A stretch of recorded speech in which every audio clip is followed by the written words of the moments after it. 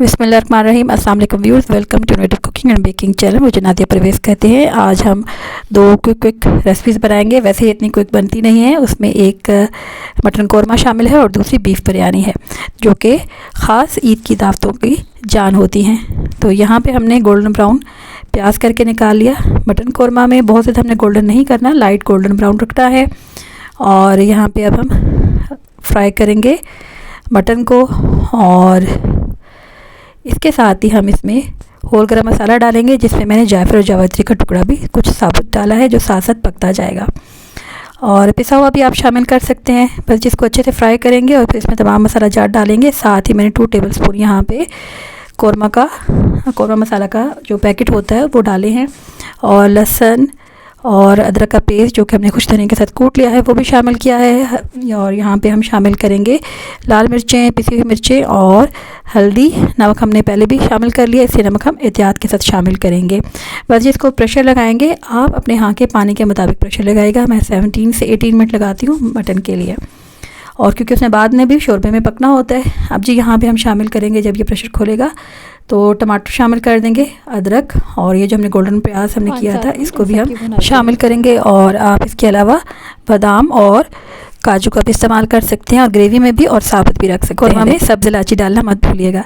और जब बस शोरबा बनाएंगे और उस पर हम इसको गार्निश कर देंगे सब धनिया को। और अब हमारी दूसरी रेसिपी है, वो है बीफ बिरयानी की।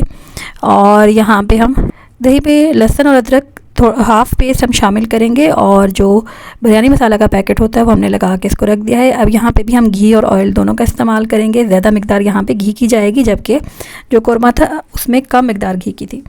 तो जी यहाँ पर हम डालेंगे प्याज, और इसको थोड़ा सा डार्क ब्राउन करेंगे, गोल्डन, तो डार्क गोल्डन ब्राउन करेंगे।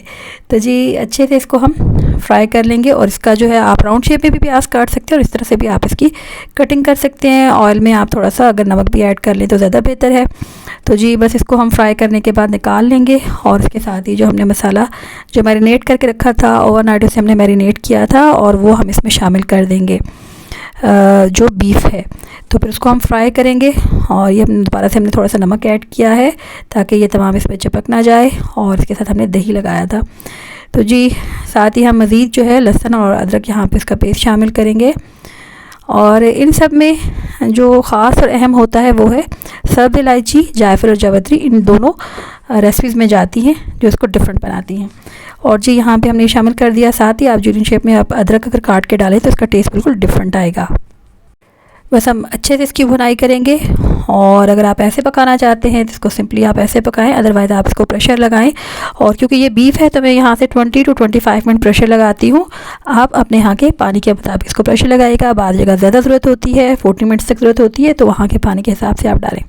बस जब पानी ड्राई हो जाएगा तो यहाँ पर हम ज़्यादा मिकदार में इसमें टमाटर जाएंगे। और साथ ही यहाँ पर मैंने हर इमली भी ऐड की थी, जो कि हमने भिगो के रख दी थी, किसके साथ, आलू बुखारे के साथ, जो कि ड्राई होते हैं।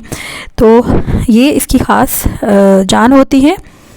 और यहाँ पे हम इसकी दोबारा से भुनाई करेंगे। और थोड़ा सा मैंने इसमें मज़ीद ऐड किया था जो बिरयानी मसाला होता है। बस जी अच्छे से भुनाई करके टमाटर ऐड करके, और बस इसको हम यहाँ पे असेंबल करेंगे। 3-4 तहे लगाएं। आप इसमें आलू भी मज़ीद ऐड कर सकते हैं और अंडे भी शामिल कर सकते हैं। इसके अलावा जी फूड कलर लगाएंगे, और आप यहाँ पे ज़ाफ़रान भी छिड़क सकते हैं एट द एंड। और दम पे रख देंगे 15 से 20 मिनट के लिए हल्की आंच पे। और जी हमारी ये रेसिपीज़ तैयार हैं। तो अल्लाह पाक से दुआ है कि अल्लाह पाक हमारे इसमें खैर बरकत और इजाफ़ा फरमाए, और हमें उसकी कदरदानी नसीब फरमाए। चैनल पर नए हैं तो चैनल को सब्सक्राइब करें, शेयर करें, लाइक करें, कमेंट करें। ये देखिए जी एक दाना चावलों का निखरा हुआ है। चावल हमने बॉयल करके शामिल किए। देंगे मिलेंगे नेक्स्ट वीडियो में, तब तक अल्लाह ने के बाद।